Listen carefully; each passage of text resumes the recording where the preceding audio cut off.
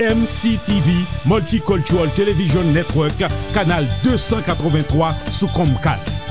Oui, c'est possible et nous voulons faire ensemble avec vous. Chaîne déjà disponible, MCTV, canal 283 Comcast, staff technique sous place, équipement dernier cri installé. MCTV couvre toute Massachusetts. Sauti ligne pour arriver Bridgewater, en passant par Somerville, Cambridge, Medford, Everett, Malden, Boston, Waltham, Dedham, Milton, Quincy, Randolph, Stoughton, Sharon, Vermont, Rockland, Brockton. Une opportunité pour nous produire propre émission panneau, live ou en différé. Surtout avec assistance technique, une équipe professionnelle chevronnée pour aider à produire des émissions de qualité. Studio MCTV localisé dans Randolph, 247 North Main Street, Harbor One Bank Building, téléphone 781 986 1000. Prix abordable. Pour information, relais Yves Cajuste 781 986 1000 ou bien 508 498 02 00 ou bien encore Julio Midi 617 470 19 12. Nous invitons tout haïtien garder MCTV canal 283 Comcast dans l'émission Caméra Mosaïque préparée par Yves Cajuste samedi et dimanche soir 8h-10h dans la région métropolitaine Boston. Et pour même dans la zone métro sud, Brockton, Randolph, Milton, Waltham, Dedham, émission pour la vie joindre nous chaque dimanche de 8h à 9h du soir.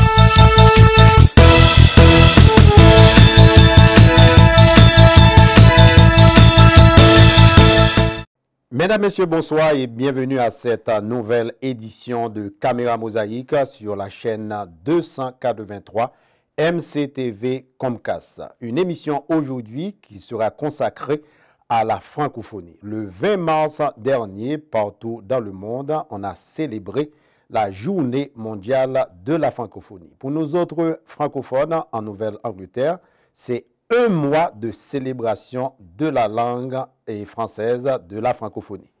Pour en parler aujourd'hui, nous avons avec nous en nos studios ici à Randolph, Franz Jean-Baptiste, Sophie Camar et Jamel Bekay. Tout simplement, je suis Franz Jean-Baptiste. Écrivain. Ok, écrivain, et puis j'habite dans l'État de Massachusetts.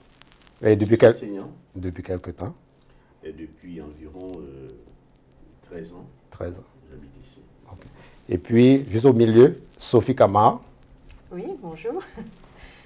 Donc moi, je suis enseignante depuis bientôt 18 ans, enseignante de l'éducation nationale française, mais ici, dans la région de Boston, je suis en charge de EFGB, Éducation française Greater Boston, qui est une association à but non lucratif et à visée éducative qui vise à maintenir et à renforcer le français chez les francophones qui scolarisent leurs enfants dans le système public américain. Et puis, juste à l'extrême, et Jamel Bekay. Bonjour et bonne fête de la francophonie. Jamel Bekay, je suis aux États-Unis depuis 2000. J'ai enseigné à la Nouvelle-Orléans tout d'abord, je suis arrivé à la Nouvelle-Orléans. En Louisiane, et puis après je suis venu ici dans le Massachusetts et je travaille en ce moment avec Boston University où j'enseigne et le français et l'arabe. Oh, le français et l'arabe. Ah bon, ça c'est intéressant. Je vais commencer d'abord par une vue d'ensemble sur les programmes d'enseignement du français aux États-Unis. Une question à Sophie Camar. Oui, il y a beaucoup d'offres en fait aux États-Unis et dans la région de Boston en particulier. On est assez chanceux. Il existe déjà tout simplement des programmes d'immersion totale en français dans le système public américain, comme c'est le cas à Milton et Holliston notamment, où donc au niveau du district, du CP, du first grade jusqu'au lycée, vous pouvez suivre un enseignement tout en français qui devient bilingue à un moment donné, mais qui au moins dans les premières années est tout en français et qui est gratuit et s'adresse aux habitants de la ville. Voilà.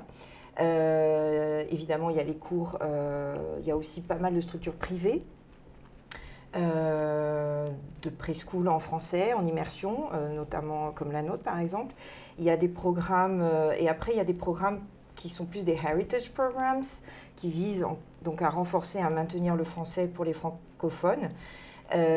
Donc il y a EFGB qui existe, qui est dans à peu près 6 villes de la région de Boston. Et puis il y a aussi le programme French Heritage, qui est un programme subventionné, dont Jamel peut mieux parler que moi, puisqu'il y enseigne. Et puis il y a les programmes de français comme langue étrangère dans je dirais presque tous les districts scolaires. Voilà, ouais, exactement. Souvent à partir du lycée, mais il y a quand même quelques districts où dès le middle school, notamment à Cambridge par exemple, c'est enseigné.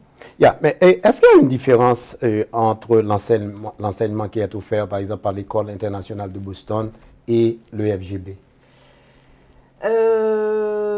Oui, ça dépend.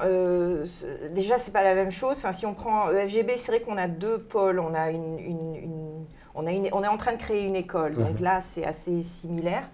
Mais sinon, pour l'after school, oui, puisque le public n'est pas le même. Nous, le programme d'after school, c'est 4 heures par semaine et c'est pour des enfants qui sont scolarisés déjà dans les écoles publiques américaines.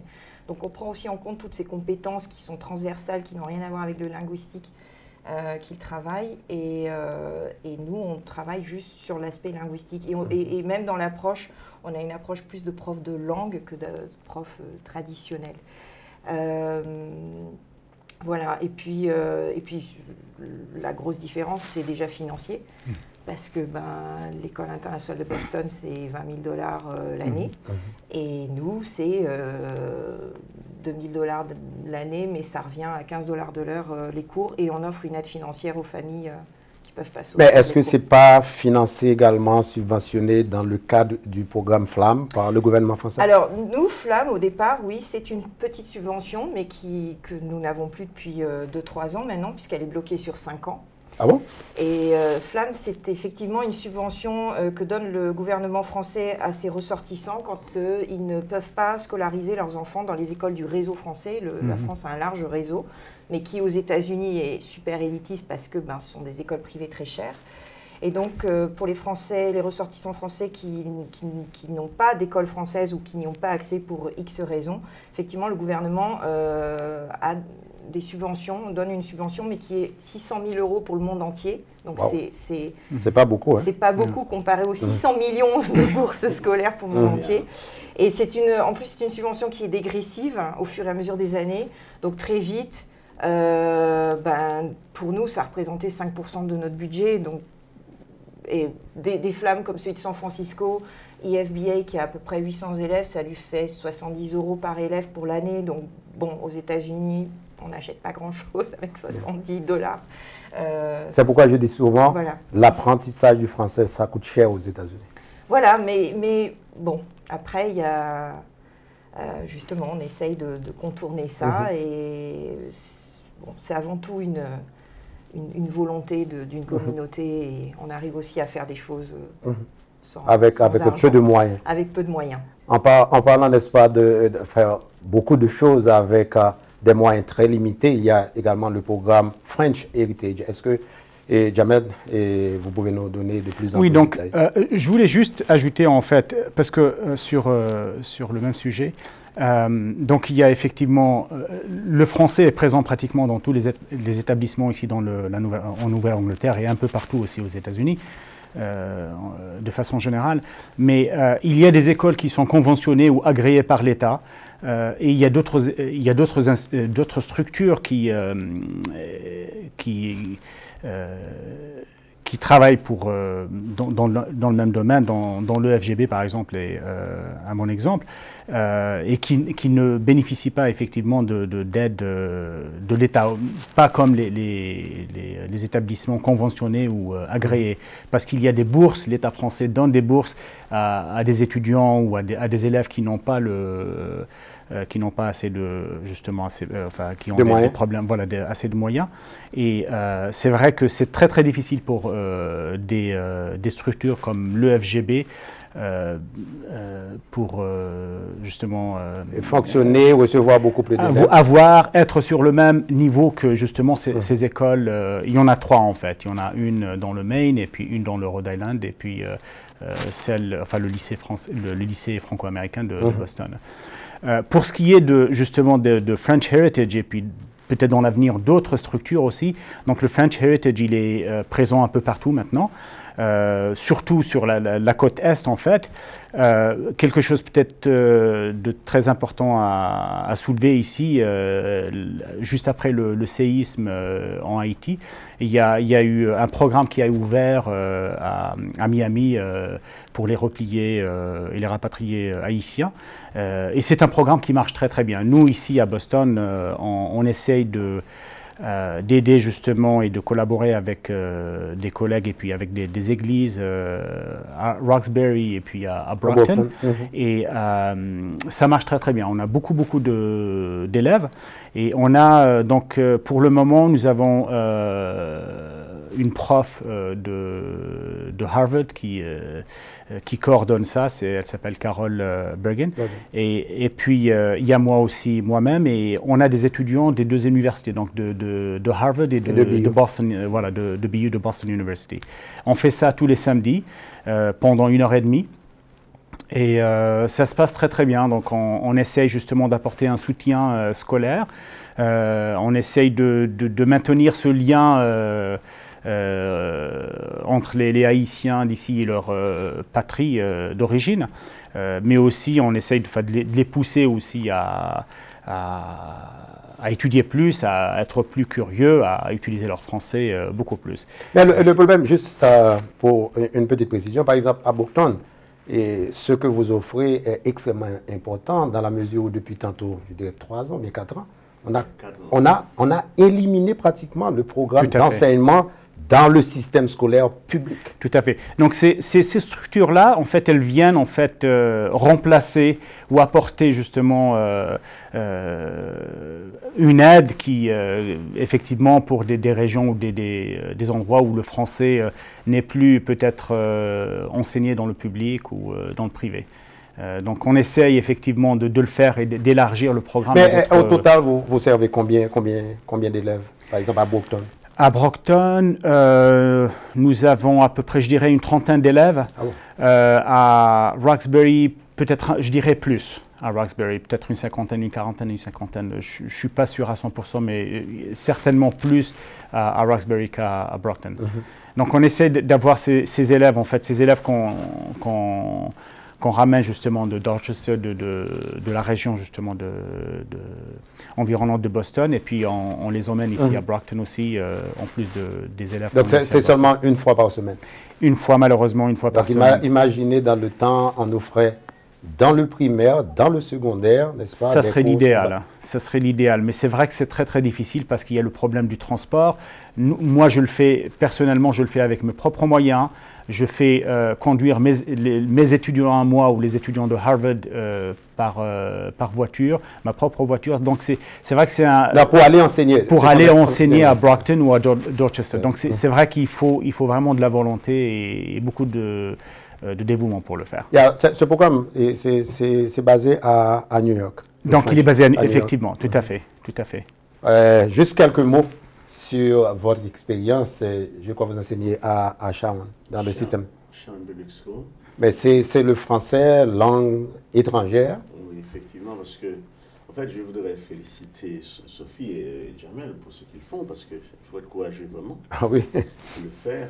Donc, je dirais que les religieux ont cette tendance, c'est-à-dire que les gens sont tellement attachés à leur religion, ils sont prêts à tout. Vous attachez tellement à la culture, à la langue française, vous êtes prêts à tout. C'est très très bien. Et nous en faisons de même. Et nous essayons en tout cas, dans nos communautés, de faire la même chose, mais cependant, il nous manque des moyens. C'est-à-dire les portes sont fermées un petit peu partout. On n'y arrive pas. À Sherman Public School, là où j'enseigne, et je trouve qu'un peu partout dans la diaspora haïtienne, en tout cas pour les Haïtiens qui viennent d'Haïti, et la langue française reste une langue qui fait rêver encore. Mais chez les Américains, c'est à peu près pareil. À peu près pareil. C'est une langue qui fait rêver. Je me demande encore, est-ce que le message est bien reçu? Et en France, tel que ça peut être perçu ici, aux États-Unis. En fait, j'avais eu l'occasion de participer à un entretien aussi avec Sophie, sur une autre chaîne de télévision, ça fait quelques temps, 2 ou 3 ans de cela. J'en avais parlé, et je trouve là où j'enseigne, les parents sont portés vraiment vers cette langue. C'est vrai que c'est une ville assez riche quand même, Sharon. Donc, et en 5e, 5th grade, comme on dit ici, et ces enfants, c'est-à-dire qu'ils sont exposés à 3 langues, français, chinois et espagnol. Et puis... en même temps, c'est-à-dire que... En même temps, c'est-à-dire en rotation. Par exemple, j'enseigne peut-être 10 semaines ou 10 ou 12 semaines. Et puis après, il y a 4 établissements, 4 écoles, et puis le chinois. D'accord. Mais c'est pas pour la même année scolaire. Est-ce que les enfants sont... Ils sont exposés aux 3 langues. Ah bon? Et après, par exemple, il y a une rotation. Moi, j'enseigne dans cette école-là pendant 12 semaines. Et après, je vais dans l'autre et le chinois vient ici. Ah bon? J'enseigne pendant 12 semaines, l'espagnol. Comme c'est comme ça. Et puis, les parents et les enfants choisissent après à la fin de l'année. Juste peut-être l'opinion de quelqu'un, n'est-ce pas, qui s'occupe de la pédagogie. Ça ne pose pas un problème pour l'apprenant? Le fait, n'est-ce pas, au cours d'une même année scolaire, avoir des enfants exposés pour 10 semaines au français et 10 semaines au mandarin, 10 semaines... Ben, tout dépend de la finalité, en fait, de ce que vous recherchez. C'est sûr que si on recherche un vrai bilinguisme chez les enfants, je dirais que même avant toute structure, la clé, ce sont les parents. Et tout se joue, en fait, avant même que l'enfant soit scolarisé de toute façon. Ça, les recherches, surtout Dalgalian, certains chercheurs experts en bilinguisme montrent bien que, effectivement, c'est avant tout là que tout se joue, parce que c'est important déjà que pour l'enfant, l'apprenant, quand il devient apprenant, que la langue soit valorisée en dehors de la structure, et même quand ils sont tout petits, ce que ça leur amène aussi, par exemple de leur lire des contes ou des histoires en français, c'est que ça leur permet aussi déjà de travailler l'écrit oralisé. Parce que souvent, d'accord, ils vont se débrouiller au niveau de la routine en français à l'oral, mais quand ils vont être confrontés au texte, on le voit même en France, avec des primo-arrivants, à l'inverse évidemment, mais des enfants qui n'ont pas été exposés comme ça à la langue petit vont développer plein de problèmes quand ils vont rentrer dans l'écrit en fait. Donc si on recherche du bilinguisme, oui, c'est pas... Maintenant, si c'est sûr que oui, même si on recherche un résultat minimal, ouais, je ne suis pas sûre que sur 10 semaines, 10 semaines, et puis, n'est-ce pas, les parents sont des Américains qui probablement ne parlent pas français, ne parlent pas le chinois. Il faut voir quels sont les objectifs pédagogiques. Bon, si c'est apprendre à se présenter, bon, on peut le faire. C'est de cela qu'il s'agit, effectivement. C'est juste exposer les enfants à la langue, c'est-à-dire les permettre d'entendre un peu pour faire un choix après. Ah bon? En vue d'un choix. En 6e, 5th grade, et c'est là que l'enfant va choisir une des 3 langues. Ah bon? Ok, l'année prochaine, et donc c'est pour ça que c'est un gros challenge pour moi, parce que j'aimerais qu'une grande majorité de mes enfants choisissent le français. Le français, certainement. Donc, et c'est pourquoi moi je pense qu'une chose qui serait bien, si vous pouviez travailler avec les professeurs de français, les autres professeurs de français, c'est-à-dire que faire des échanges en termes pédagogiques, parce que comme ça, on est perdu quelquefois, quand on est seul dans une école comme ça, et on enseigne le français. Vous savez, j'ai ma méthode haïtienne, même si je l'adapte, on organise des séminaires assez souvent pour les professeurs, des séminaires pour tous les professeurs de langue, mais pas nécessairement pour le français. Je suis exposé à différents types d'approches, donc je pense qu'il serait bien, ces genres d'organisation, c'est-à-dire que prennent le temps de réunir les professeurs et de partager nos expériences et voir quels sont nos manquements et tout cela, en vue d'améliorer les conditions. Mais je trouve que là encore, les parents, ils sont très touchés par la langue française, ils veulent bien que les enfants parlent français. Cependant, l'objectif à terme, comme la plupart des grands pays, c'est souvent, c'est-à-dire comme nous les Haïtiens, nous parlons même français parce que c'est tout naturel, c'est notre langue aussi. Bon, maintenant, le problème qui se pose, c'est que de plus en plus, on trouve des Haïtiens qui tendent à s'écarter de la langue française un peu. Parce qu'ils ne sont pas stimulés. Derrière tout cela, pourquoi? Parce que nous sommes de culture franco-haïtienne, nous sommes haïtiens certainement, mais il y a une catégorie de gens, comme la question a été posée tout à l'heure, pour nos enfants, donc ils n'y connaissent absolument rien. Comment est-ce que nous pouvons... Juste avant de toucher, n'est-ce pas, à cet aspect-là, un coup d'œil d'ensemble sur l'objectif pédagogique. Par exemple, pour quelqu'un qui enseigne au niveau, je dirais, français comme langue étrangère, est-ce que c'est le même objectif pour, n'est-ce pas, pour les programmes, par exemple, les programmes d'immersion? Le programme d'immersion, le programme qui est enseigné dans les programmes d'immersion, ce sont les standards du Massachusetts traduits en français. Et donc des programmes nationaux. Il n'y a pas d'éducation nationale aux États-Unis, mais bon, au niveau de l'État. Et de toute façon, tout programme national ou d'État a aussi des visées à plus long terme derrière. C'est-à-dire qu'on essaye de modeler la nation ou les jeunes générations à la vision que l'État a de comment il faut... Remarquez bien, et Sophie, quand vous avez dit national, vous avez bien précisé aux États-Unis. Est-ce qu'il y a vraiment, et quand on parle d'éducation, il n'y a pas un curriculum, par exemple, national dans telle matière bien déterminée? Ça n'existe pas vraiment aux États-Unis. Non, enfin, il y a au niveau fédéral, non, puisque donc déjà c'est chaque État qui a son propre... Et même là, il y a des inégalités. C'est-à-dire, vous avez le standard du Massachusetts, ok, mais vous savez qu'après, c'est suivant la ville où vous habitez, c'est suivant les enseignants que vous avez, c'est suivant... Alors là, après, oui, ça revient. Il y a une question de moyens, et c'est un système extrêmement inégalitaire aux États-Unis, en ce sens-là. Voilà, même au niveau de déjà au niveau de la formation des enseignants, il n'y a pas d'unité. Donc c'est un peu au petit bonheur la chance où ouais.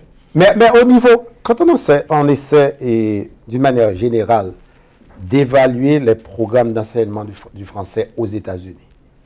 Mais si on veut être vraiment sérieux, les programmes d'immersion, à mon humble avis, ça marche. Quand on va par exemple à Milton, à Holliston, après 3 mois, 4 mois, on rencontre des enfants qui sont à même de s'exprimer en français. Mais écoutez, dans les programmes de français comme langue étrangère, même après 4 années en primaire, 4 années pour le secondaire, on rencontre des enfants par exemple qui vont à l'université. Après 8 années de français, qui n'arrivent même pas à s'exprimer même au niveau d'une conversation de base en français. Est-ce que, et je ne sais pas, ça fait combien de temps vous vivez aux États-Unis, est-ce que pour vous c'est le même constat, Jamel?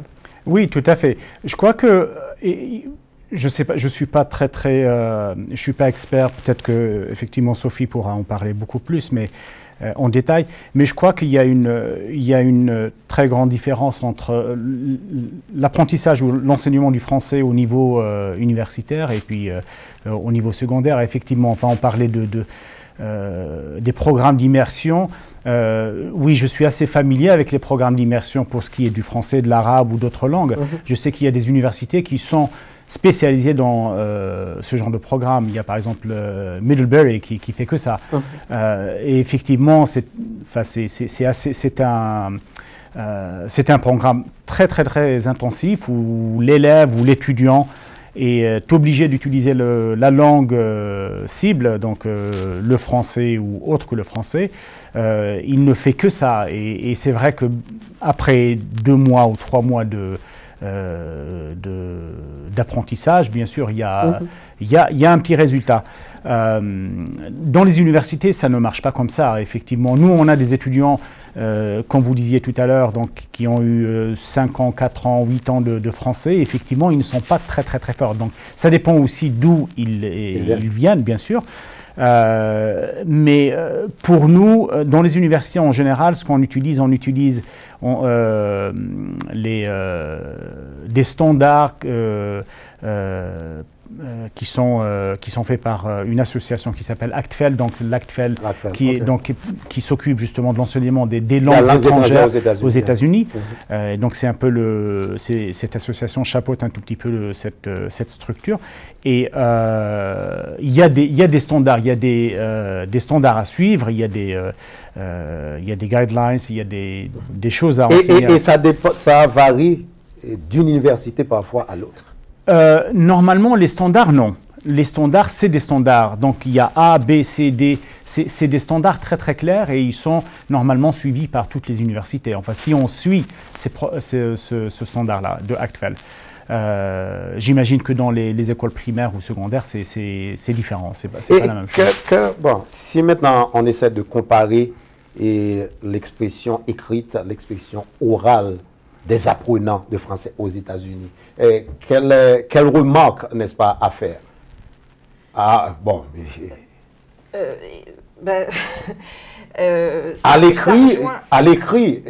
l'écrit, ça fonctionne. Et encore une fois, ça dépend de ce qu'on compare. Parce que quand on compare les systèmes d'immersion aux apprenants, enfin ou un élève qui serait en immersion à un élève qui est dans un programme de français langue étrangère, il y a deux autres choses aussi qui ressortent. C'est aussi l'âge. Déjà, il y a le taux d'exposition au français, et puis l'âge. Dans les programmes d'immersion, c'est des enfants qui sont dès le first grade, donc dès le CP. Et d'ailleurs, dans ces programmes d'immersion, on n'accepte plus après d'enfants dans les niveaux au-dessus. Enfin, si vous n'avez pas fait le CP, vous ne pouvez pas rejoindre, intégrer le programme. Mais pourquoi aussi? C'est parce que, encore une fois, là aussi, la recherche montre que si vous êtes exposé grosso modo avant 7 ans, la langue, vous allez l'acquérir de la même manière que vous avez acquéri votre première langue. Après, ça devient très difficile. Un apprentissage. Comme vous avez appris la langue adulte. Donc après, ce sont les mêmes mécanismes. Donc c'est aussi deux mécanismes, deux façons d'apprendre différentes. Donc c'est là aussi, pour ça aussi qu'il y a des différences, parce que déjà pour celui qui apprend, c'est pas les mêmes choses. Et puis il y a aussi l'approche des enseignants qui diffère aussi. Dans un programme d'immersion, encore une fois, vous êtes exposé, donc vous travaillez, vous apprenez en faisant aussi, alors qu'en langue étrangère, alors c'est ce qu'il faut faire aussi, hein, c'est l'approche communicative, enfin toutes ces techniques qui existent depuis les années 70 maintenant, où on monte des projets, on essaye de rendre le cours le plus interactif possible pour qu'il soit le plus efficace. Mais c'est vrai que parfois, il y a encore aussi des tendances où on va apprendre de manière plus traditionnelle, on va dire. Voilà, on va vous faire le passé composé de manière exhaustive et puis débrouillez-vous pour savoir quand est-ce qu'il faut l'utiliser ou dans quel contexte. Ça existe aussi encore. Donc c'est pour ça aussi, encore une fois, la formation est clé aussi. Mais je pense qu'on peut avoir de très bons résultats en langue étrangère aussi. Et Franz, et votre expérience à ce niveau-là et à Charon? Moi, à ce niveau-là, puisque c'est moi, les enfants sont exposés pour la première fois à la langue française, avec moi, c'est la première fois qu'ils vont entendre ça, donc ils sont très excités, très contents. C'est pas évident non plus, hein. Ce sont des enfants qui ont 10 ans déjà, 10 ans, 11 ans, donc on va commencer. Et donc, il faut trouver, parce que vous savez, les Américains, ils ont leur propre approche pédagogique, hein, avec des objets, tout ça, et déplacer les enfants. Moi, j'ai pas l'habitude dans cet environnement, donc il faut que je m'y adapte.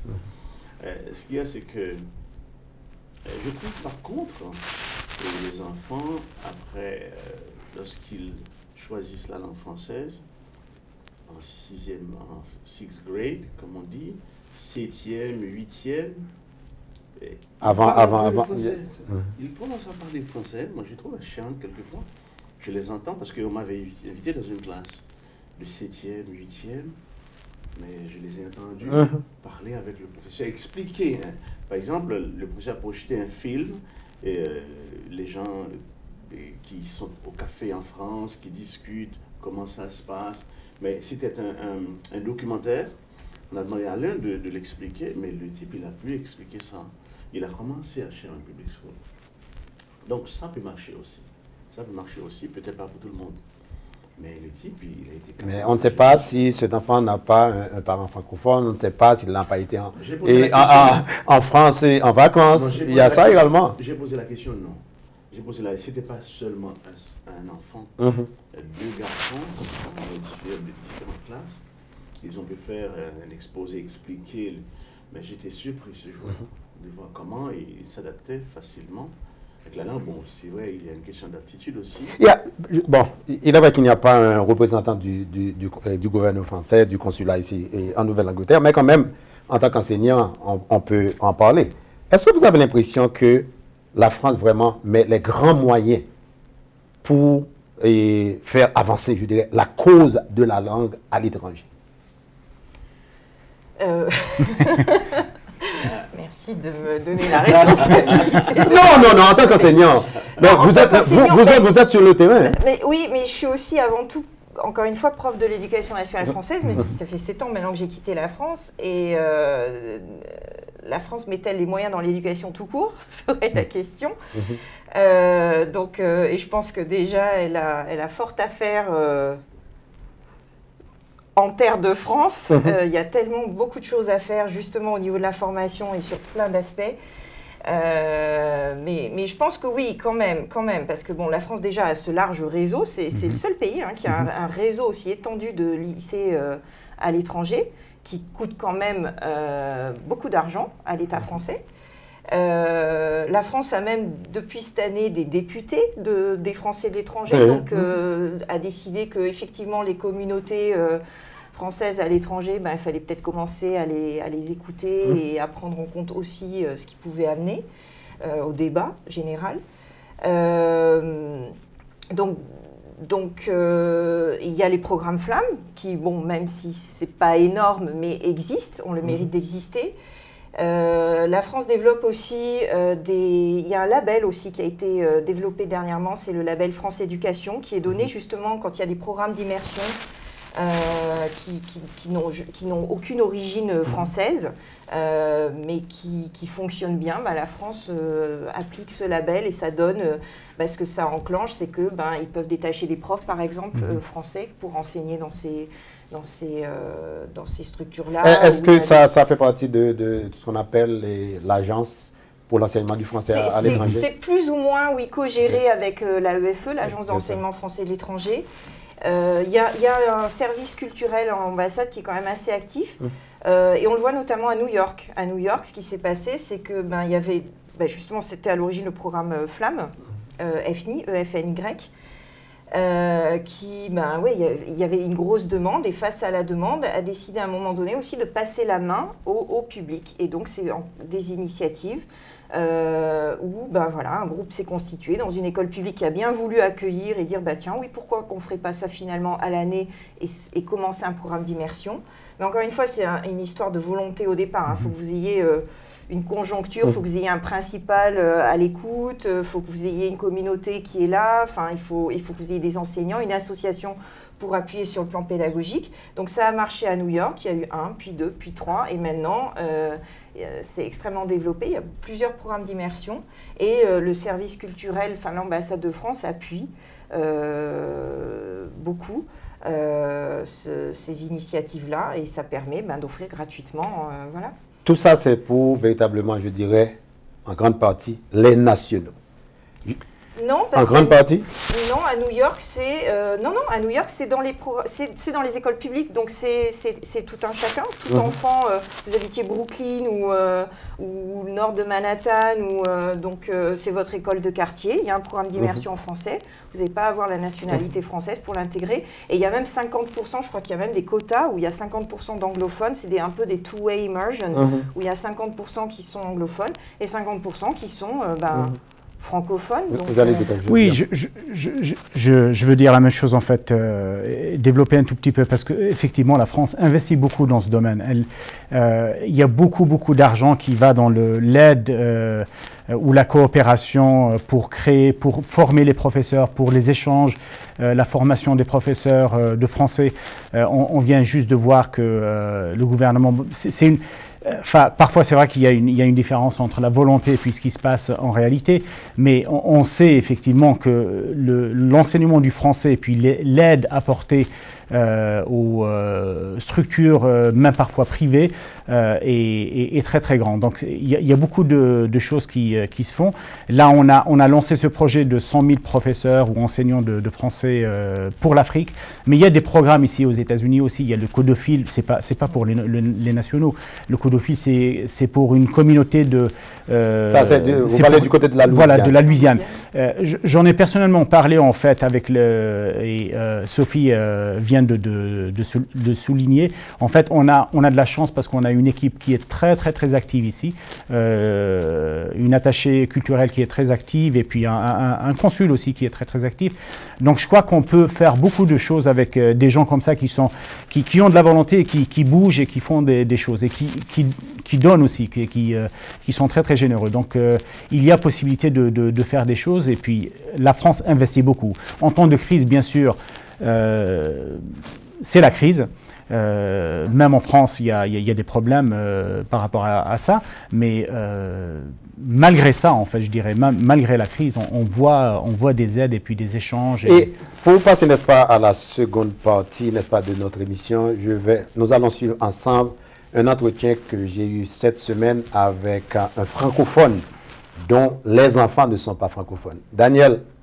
Bon, je peux dire que j'ai quitté Haïti à l'âge de 3 ans. Je n'étais pas vraiment à l'école en Haïti. Et puis, je suis allé au Zaïre, au Congo, où j'ai fait toutes mes études primaires et secondaires à l'école belge, une école belge. Et nous vivions dans un milieu où il y avait surtout des expatriés de la France, de la Belgique et de la Suisse. Et nous faisions partie de cette communauté en Afrique. Donc, et après mes études secondaires, je suis venu aux États-Unis où je vis depuis environ 30 ans. Je suis à Boston. Bon, disons que l'héritage francophone, c'est, disons, j'ai étudié en français et les cours que je prenais, c'était des cours de littérature française. Bien sûr qu'il y avait des cours de littérature africaine et tous nos amis et nos activités, ça se faisait en français. Bon, ce que je garde, c'est ma première langue. Je peux dire que c'est ma langue maternelle, en quelque sorte. Et disons, même quand je suis venu ici, de temps en temps, j'écoute les stations françaises et je regarde la télé en français aussi, comme TV5 et puis France 24. Je les regarde presque chaque jour. Donc, en quelque sorte, c'est ma première langue. Bon, maintenant, au point de vue familial, ouais. Est-ce que tes enfants sont francophones? Non, pas vrai, ils ne sont pas. Parce que quand tu viens aux États-Unis, les enfants vont dans une école américaine où on ne parle que l'anglais. Disons, non, ils comprennent parce que quand tu parles à la maison, ils comprennent quelques mots. Et quand ils sont à l'école, ils prennent des cours de français à l'école secondaire, dans high school. Ils prennent des cours de français et parfois, ils vont en France pour 2-3 semaines. Et, disons, dans leur école, il y a certains programmes, ils vont pour 2-3 semaines. Mais au fond, ils comprennent, mais je ne peux pas dire qu'ils sont francophones. Bon, ça fait 30 ans que je suis aux États-Unis. Une fois je suis venu ici, bon, j'ai fait mes études universitaires ici, j'ai commencé à travailler ici, donc je me suis très bien assimilé dans le milieu américain. Donc les enfants, il n'y avait aucun problème que je les mette dans une école américaine, dans une école du milieu, quoi. Donc au fond, je me suis assimilé au milieu américain et maintenant je fais partie de la culture américaine. Et il y a quelque chose aussi, quand je venais d'arriver ici, je peux dire pendant les 3 ou 4 premières années, quand je devais dire quelque chose, je réfléchissais en français et avant de m'exprimer en anglais. Ou bien si je devais écrire quelque chose, je pensais en français. Maintenant, je ne sais pas, quand je parle le français, c'est juste le français. Quand je parle l'anglais, bon, c'est comme si je ne connaissais rien en français. Tout se fait en anglais. Maintenant, j'arrive à diviser et puis... Donc, je me suis tout à fait initié, je suis tout à fait dans le milieu américain. Pourquoi ces gens n'envoient pas leurs enfants dans une école française? Bon, je pense il y a certains qui ne sont pas nécessairement au courant. Et peut-être c'est à cause du prix, peut-être. Et c'est un peu plus difficile. Et puis aussi, bon, une fois que tu viens aux États-Unis, il y a des gens qui se disent que, bon, ils vivent aux États-Unis, donc ils vont entrer dans le milieu américain. Et puis, après 15 ans, 20 ans, bon, le français, c'est le passé, donc ils pensent au futur. Et quand tu penses, il y a d'autres gens aussi, ils voient l'aspect, ce qui a rapport avec le business, ils voient qu'il y a beaucoup plus d'opportunités dans la langue anglaise que dans la langue française, quoi. Je pense que beaucoup de gens aux États-Unis qui viennent d'autres pays, une fois qu'ils viennent ici, ils entrent dans le milieu américain et puis pour eux, ils pensent que c'est tout, quoi. Et que une fois que tu es aux États-Unis, c'est la terre où il y a toutes les opportunités et puis tu peux tout réaliser. Donc, ils ont tendance à un peu oublier leur culture. Et en plus, je voudrais dire que parfois, peut-être les parents, les 10, 15 premières années, ils pensent toujours à leur pays, à leur culture. Mais après 10 ans, 15 ans, bon, tu tournes de face, quoi. Tu regardes vers le futur. Tu vois le futur de tes enfants, tu vois tout et tout. Donc, je pense que c'est une page tournée en quelque sorte. Bon, si en tant que parent, on parle le français, c'est un héritage, on l'aime bien. Si on va en France ou dans n'importe quel pays francophone au Canada, on est à l'aise. Mais je pense que si tu vis ici, tu penses au futur. Bon, personnellement, je pense qu'une fois que tu vis dans un milieu, tu entres dans ce milieu et puis tu penses au futur. Donc, je vois que c'est un peu comme ça, quoi. Qui veut commenter, hein? Franz? Moi, je dirais, parce que ce qu'il a dit, c'est vrai, hein, par rapport aux parents. Donc, parce que déjà, les Haïtiens qui sont aux États-Unis, maintenant, il faut se poser une question, pourquoi inciter nos enfants à apprendre le français? C'est ça le problème, pourquoi? Est-ce que c'est parce que c'est une belle langue? On le sait déjà. Tout le monde aime le français, chinois, américain, tout le monde. Eh oui. Maintenant, pourquoi? Parce qu'il y a des enjeux économiques, tout cela. Ce que je trouve, par contre, à l'étranger, peut-être, on n'allait peut-être pas être d'accord avec moi nécessairement, je trouve qu'il y a des populations cibles qui sont ciblées, des populations qu'on cible, et particulièrement les gens qui sont susceptibles de devenir les cadres du pays. Ce sont eux qui sont visés s'il y a une politique française de la langue, bien sûr. Il y a une certaine population qui n'est pas visée, notamment lorsque je vois nos enfants qui grandissent dans la diaspora haïtienne. Aussi, certains d'entre eux parlent le créole, certainement. Il y a la grand-mère à la maison qui les incite à s'exprimer dans la langue créole parce que la grand-mère ne parle pas l'anglais. Les enfants sont obligés de parler le créole. Maintenant, on pourrait faire un petit effort à la maison de parler le français aux enfants, mais le problème qui se pose, la suite, qui va assurer la suite?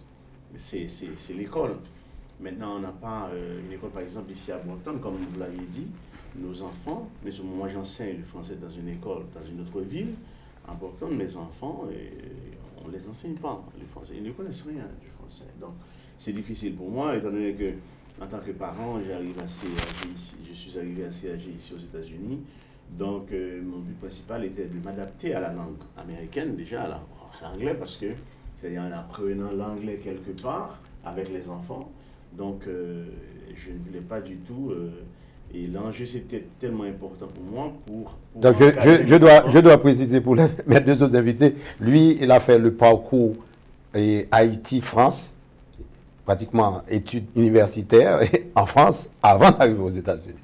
C'est pas Haïti, États-Unis, c'est Haïti, la France, les États-Unis. Donc mes deux plus grands enfants, ils parlent français. Ma fille est encore en France en ce moment. Mon garçon qui a 26 ans, il parle français normalement et, parce qu'ils sont nés en France. Il est arrivé tardivement aux États-Unis, 11-12 ans. Donc, c'est pas le cas pour... Pas pour les plus petits qui sont nés ici aux États-Unis, pas du tout.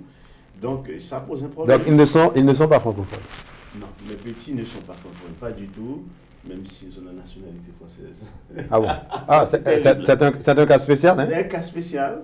Donc ça, maintenant, il va falloir se poser des questions. Moi, je pense qu'il y a des populations ciblées, quand on parle de Milton, comme une ville comme ça, riche, Sharon, comme une ville riche comme ça. On vise ces gens-là parce que ce sont des futurs cadres du pays.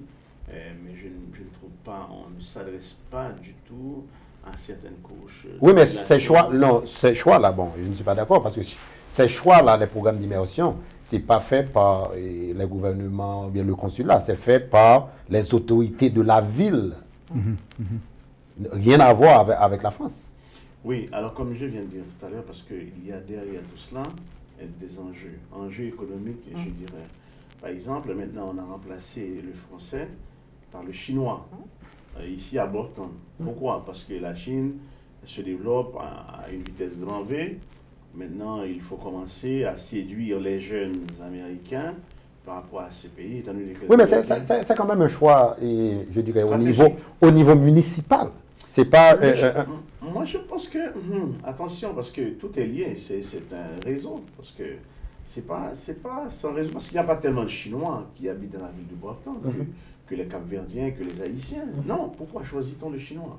C'est parce que tout simplement... Bon, est-ce que nos autres Haïtiens et les Cap-Verdiens, bon, je connais beaucoup de Cap-Verdiens francophones, est-ce que c'est parce que nous ne sommes pas assez actifs au niveau des réunions pour les commissions scolaires, nous ne participons pas, nous ne nous imposons pas, que les autorités américaines peuvent décider finalement de remplacer l'une de nos langues nationales par le mandarin? Est-ce que là...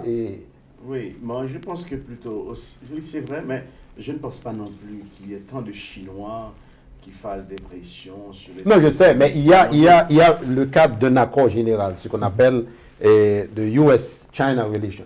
Il y a un accord qui est signé entre les États-Unis et la Chine. Donc, en vertu de cet accord, un district scolaire peut décider, n'est-ce pas, de faire appel à des enseignants chinois. Donc, pourquoi, par exemple, la ville de Boston ne remplace pas le français? Pourquoi, je ne sais pas, la ville de Newton ne fait pas la même chose? Même lorsqu'on parle de Boston, à mon avis, je me demande, étant donné que Jamel et Sophie sont mieux placés que moi pour en parler, je me demande si tout le monde est exposé vraiment à la langue. Tout le monde est exposé. Moi, je trouve qu'il y a certaines villes, des villes riches particulièrement, les jeunes sont plus exposés à des langues étrangères, comme le français par exemple, qui reste une langue, moi je dirais que, comme le latin, donc c'est très sélectif. C'est trop sélectif. Oui, mais encore une fois, c'est un choix municipal. Oui, mais c'est lié dans le système de réseau, comme je l'ai dit tout à l'heure, parce que c'est un choix municipal, mais bien pensé. Bien pensé, c'est un choix, c'est un réflexe étatique. Maintenant, c'est quoi les enjeux dans les 20-30 prochaines années? C'est la Chine. Maintenant, il faut faire le choix du chinois. C'est tout simplement ça. Maintenant, la France, maintenant, comment la France voit la chose, ça c'est... Juste quelques mots sur peut-être la présentation de Alex et Anselme, qui, né en Haïti, à 3 ans, il est parti avec ses parents pour aller au Zaïre et à Kinshasa. Donc, ses parents étaient enseignants. Et rentré aux États-Unis, il a été à une école française, une école belge. Bon, je crois que ses sœurs étaient dans les lycées français au Zaïre. Maintenant, arrivés aux États-Unis, ils n'ont pas envoyé leurs enfants dans des écoles françaises. Oui, ben c'est quand même le réflexe général. Hein, même moi-même, hein, mes enfants sont scolarisés dans le public américain, parce que je n'ai pas les moyens de les envoyer à l'école, où j'ai moi-même travaillé d'ailleurs, au lycée international. Et pareil, en France, par exemple, moi j'ai travaillé pendant plus de 11 ans dans le secondaire en France, et j'en ai eu aussi des primo-arrivants qui viennent de partout plein d'endroits de la planète et forcément ils les envoient dans le public français. Donc ça me semble être normal et logique. Il y avait des choses quand même dans ce qu'il disait, les clés, c'était, il expliquait quand même que dans sa jeunesse, parler français, c'était aussi quand même avant tout une histoire, c'était encore une fois les parents, et ça commence à la famille, hein. Il disait c'était ce qu'on faisait tous les jours, et c'est quand même encore une fois ça la clé, c'est-à-dire que ça commence quand même avant tout dans la famille, avant de commencer à l'école. Et puis, et pour rebondir sur ce que Franz Jean-Baptiste vient de dire, moi j'ai un exemple, c'est la ville de Cambridge. Le français était, il y a 2 ans, on a voulu éliminer. Vraiment menacé à Cambridge. La ville de Harvard et du MIT, tout un symbole. Le français devait partir puisque, justement, on considère que c'est une langue qui, économiquement, est peu viable. Ce que, d'ailleurs, le consulat de France, Chine a démontré l'inverse, qu'au contraire, les entrepreneurs, et c'est vrai en plus, c'est pas une langue, ça dépend après de la vision qu'on a, mais si on regarde la carte de la francophonie, on peut quand même pas dire que c'est une langue qui est économiquement peu viable, le français, mais bon. Et donc, ils voulaient éliminer le français. Et nous, ESGB, ce qu'on avait initié aussi, c'est que donc à Cambridge, on est hébergé dans une des écoles publiques de la ville, gratuitement. Donc, encore une fois, c'est une histoire de volonté, hein. C'est des personnes, c'est le principal adjoint de Maria Baldwin à Cambridge qui nous hébergeait. Et donc, nous, en échange, on a dit, on va vous faire des cours pour vos élèves.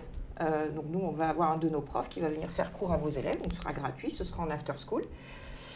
Et on a cru qu'à un moment donné, on allait être le seul petit bastion de français dans la ville où ils voulaient éradiquer. Et puis quand même, bon, le superintendant, justement, avec des programmes comme le nôtre, et bon, commençait à avoir des remontées. Et ce qu'il a fait, c'est qu'il a lancé un survey, un sondage à l'échelle du district. Et bien, à sa grande surprise, le français, il est arrivé en premier. Après, il y avait l'espagnol, et le chinois, il était derrière. Et il faut dire avec la forte présence haïtienne. Exactement. Mais le survey, c'était quoi? Mais c'était justement, c'était auprès des familles. Et il s'est rendu compte et c'est là où les familles, enfin la communauté, et je crois que vous avez tout à fait raison, c'est à la communauté aussi de se mobiliser, de dire, on est là.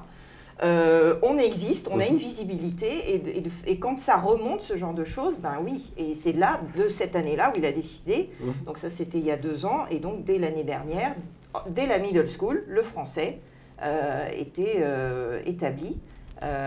Et voilà, et je pense que pour le coup, il a de beaux jours devant lui. Et effectivement, il y a une forte communauté sur Cambridge-Somerville haïtienne. Donc c'est assez intéressant quand même aussi de voir que...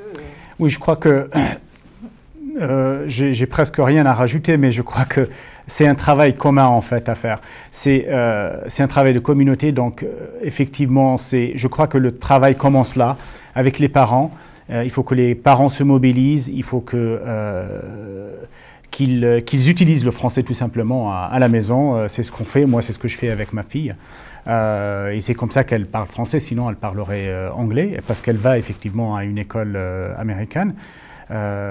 Mais aussi, je dirais aussi que les Américains ici, ils sont très très pragmatiques. Pourquoi ils se tournent au chinois? Pourquoi ils se tournent à d'autres langues qu'on appelle ici les langues stratégiques ou les langues critiques? C'est des langues effectivement dont les Américains ont besoin maintenant. Est-ce qu'on a besoin du français? Oui, on a besoin du français. Il faut aussi que la France soit un peu aussi agressive dans le bon sens. En tant qu'enseignant d'arabe, je sais qu'il y a des pays, surtout le Qatar, qui arrosent en ce moment les États-Unis d'Amérique, mais un peu partout dans le monde. Peut-être qu'on n'a pas cette possibilité, justement, on n'a pas le cash que le Qatar a, mais on a une structure déjà existante, on a un savoir-faire qui est extraordinaire. Enfin, on a des établissements, effectivement, je crois que c'est le premier au monde, on est présent dans 130 pays. Au monde, je crois que la France pourrait apporter une aide. Mais je crois que la clé, c'est dans la mobilisation. Effectivement, on est assez nombreux ici pour parler de la Nouvelle-Angleterre, mais un peu partout aux États-Unis maintenant.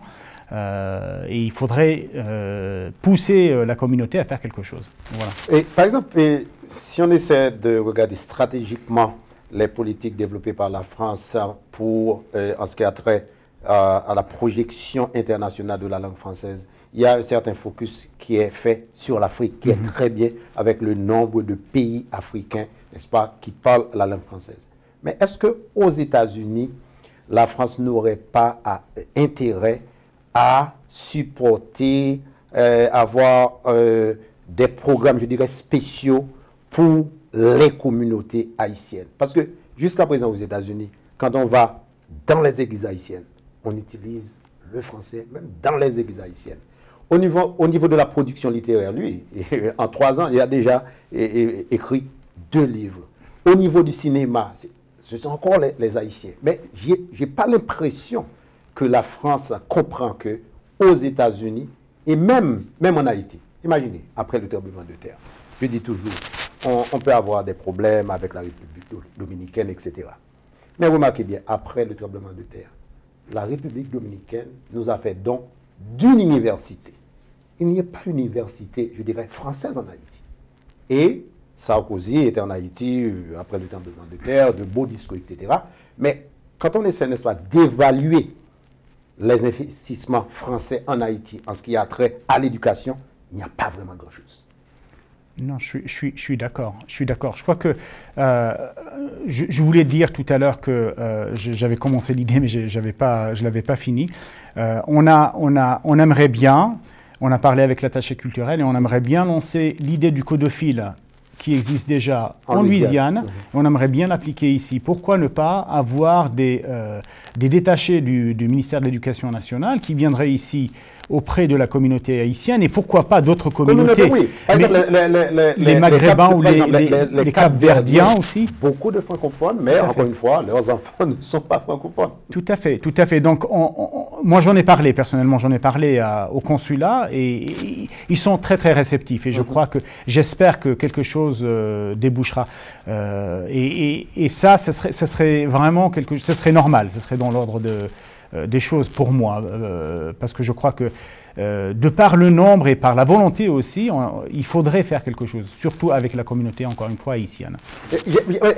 J'ai l'impression qu'au niveau, je dirais, des représentations françaises à l'étranger, on est conscient de la situation. Je connais très bien, bon, depuis une vingtaine d'années, tous ceux-là qui représentent la France, ce sont des gens très courageux, qui savent ce qu'ils font, qui connaissent, n'est-ce pas, les besoins. Mais au niveau central, j'ai pas cette impression. J'ai pas cette impression. Je vais vous dire quelque chose. Moi, je pense que le problème, le point stratégique, c'est directement l'État français, le problème. C'est pas les organisations comme vous faites, avec toutes les volontés du monde. Oui. Vous essayez de faire les choses consciemment, avec peu de moyens. Peu de moyens. Yeah. Mais c'est le problème de l'État français, c'est choix stratégique. Et la France a fait un choix, c'est tout simplement de ne pas faire ça. C'est pas uniquement, ça ne vient pas tout seul. Et ça, c'est pas aujourd'hui, ça date depuis toujours. C'est là que nous, les Haïtiens, on se dit francophone, effectivement. En Haïti, lorsqu'on regarde la présence française, on parle de la francophonie d'ailleurs. Je suis très critique vis-à-vis de ça, de la francophonie. Et je ne sais pas pourquoi ça, cette francophonie, parce qu'on est une grande famille, certainement, parlant la langue française, partageant. Mais cependant, et ça devrait être autre chose. Qu'en est-il sur le plan économique? Oui, on va se réunir, faire la fête, on est content, on est francophone, comme des joujoux, comme ça. Moi, je n'aime pas ça. J'aime pas ça. Tout simplement, la France en tant qu'État, le pays le plus riche dans la francophonie, et puis le Canada, et tout simplement, il faudrait mettre... il faut apporter un bémol, pas le Canada. Il faut dire le Québec. Alors oui, certainement, mais il faut savoir que les Canadiens sont généralement bilingues, en gros. Hein, ils sont bilingues à peu près. Donc, moi, je pense que c'est pas mal. Mais la France ne met aucun moyen à ce niveau-là. Moi, juste la critique, tous les gouvernements, qu'il s'agisse de droite ou de gauche, ça ne les intéresse pas. Notamment un pays comme Haïti, je vais vous dire tout simplement, parce que Haïti a participé, a permis à la langue française quand même. d'être acceptée aux Nations Unies comme l'une des langues des Nations Unies, l'une des principales langues des Nations Unies. Maintenant, on ne peut pas être secrétaire général des Nations Unies si on ne parle pas français et l'anglais. Donc, c'est grâce à Haïti tout ça. Maintenant, les Haïtiens ont choisi maintenant de soutenir la francophonie. La France, on ne sent pas, on ne voit pas le retour de l'ascenseur, on ne sent pas ça de la part du gouvernement français qui ignore cette partie de sa politique. Ça, c'est le gouvernement français directement. Je ne parle pas des organisations, des volontés, nous qui sommes sur place ici, mais l'État français ne fait rien pour ça. Ne fait rien pour ça, parce que c'est un choix stratégique, et puis c'est la politique, vieille politique par le passé. On continue à garder encore, on croyait que François Hollande, il allait changer quelque chose dans le cours des choses, mais il continue encore, hein, c'est le monde, on y rentre, et puis on fonctionne de la même façon.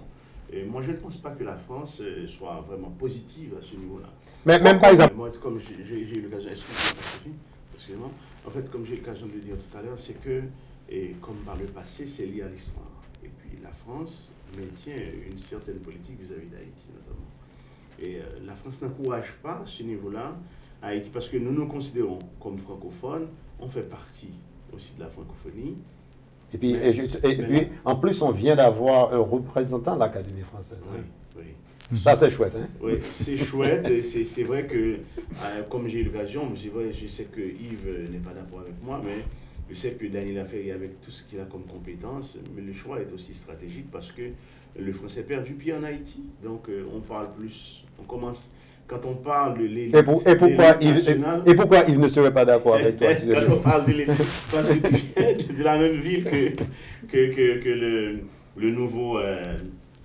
le nouvel immortel. Oui, donc non, je crois que la France n'encourage rien en ce sens-là, parce que le choix, c'est lié à l'histoire. Moi, je pense qu'il doit y avoir un déblocage à ce niveau-là, mais qui n'est pas lié du tout à nous qui sommes ici, mais c'est directement l'État français. C'est vrai que le consul, comme Diarel vient de dire, il peut avoir toutes les bonnes volontés. Je sais, gentil, sympathique, mais tout simplement, il est lié à la politique de l'État français, à l'État central. Maintenant, par rapport au développement de la langue, la culture, il faut maintenant encourager les Haïtiens. Maintenant, j'ai l'impression qu'il commence à se poser des questions là-dessus, parce que je pense que RFI est plus présente en Haïti aujourd'hui, après la nomination de Daniel Laferrière. Donc, non, mais non, je dirais, non, bien avant. Non, il faut dire bien avant. Maintenant, quand on parle de l'élite nationale en Haïti, c'est des gens qui parlent surtout. On ne peut pas faire partie de l'élite intellectuelle haïtienne aujourd'hui.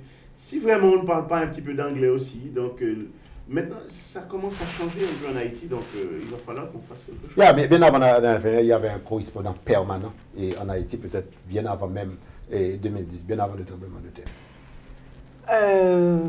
Moi, je crois qu'il faut. Ce qu'on peut dire, c'est qu'il ne faut pas désespérer et que moi, je pense que c'est avant tout, justement, il ne faut pas attendre.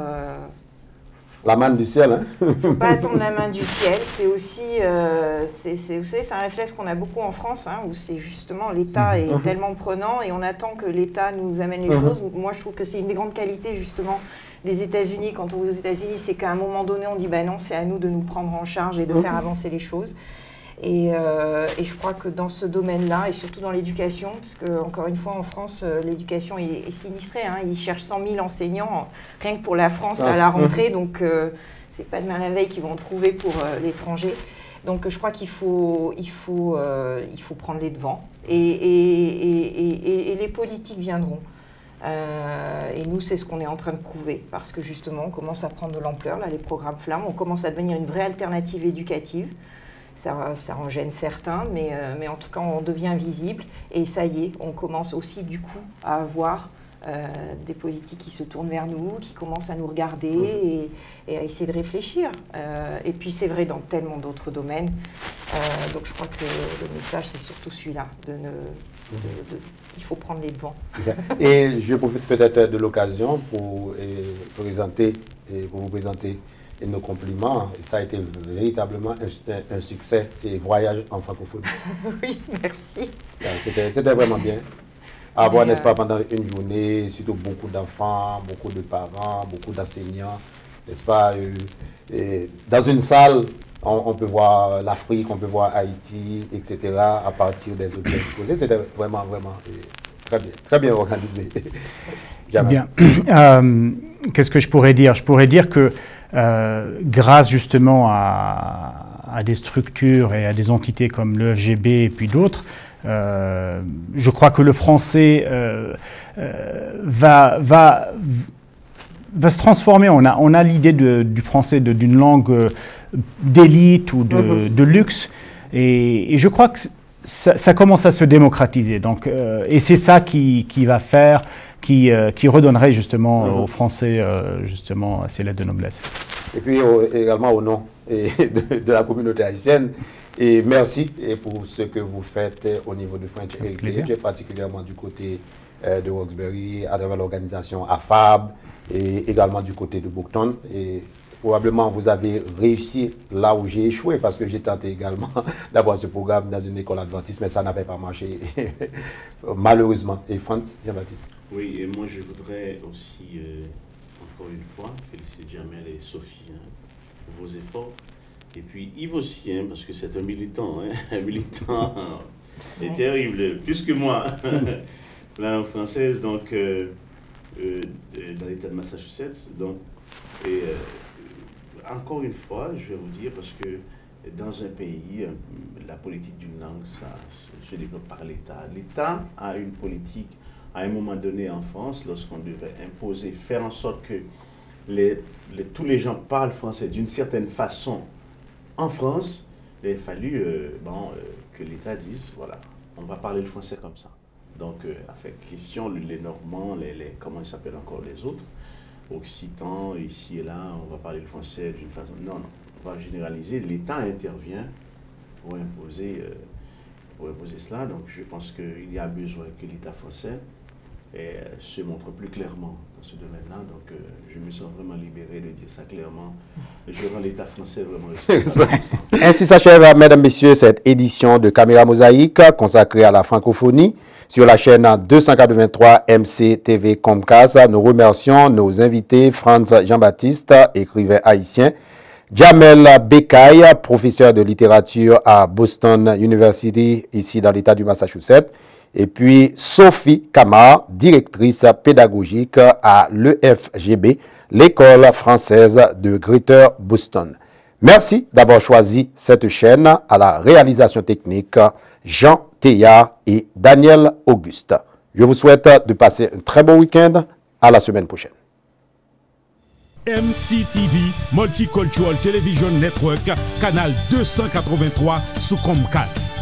Oui, li possible et nous voulons faire ensemble avec vous. Chaîne déjà disponible, MCTV, canal 283 Comcast, staff technique là sous place, équipement dernier cri installé. MCTV couvre toute Massachusetts. Sauti Lynn pour arriver Bridgewater, en passant par Somerville, Cambridge, Medford, Everett, Malden, Boston, Waltham, Dedham, Milton, Quincy, Randolph, Stoughton, Sharon, Vermont, Rockland, Brockton. Une opportunité pour nous produire propre émission panneau, live ou en différé. Surtout avec assistance technique, une équipe professionnelle chevronnée pour aider nous produire des émissions de qualité. Studio MCTV localisé dans Randolph, 247 North Main Street, Harbor One Bank Building, téléphone 781 986 1000. Prix abordable. Pour information, relais Yves Cajuste 781 986 1000 ou bien 508 498 02 00 ou bien encore Julio Midi 617 470 19 12. Nous invitons tout haïtien garder MCTV canal 283 Comcast dans l'émission Caméra Mosaïque préparée par Yves Cajuste samedi et dimanche soir 8h-10h dans la région métropolitaine Boston. Et pour même dans la zone métro sud, Brockton, Randolph, Milton, Waltham, Dedham, émission pour la vie nous chaque dimanche de 8h à 9h du soir.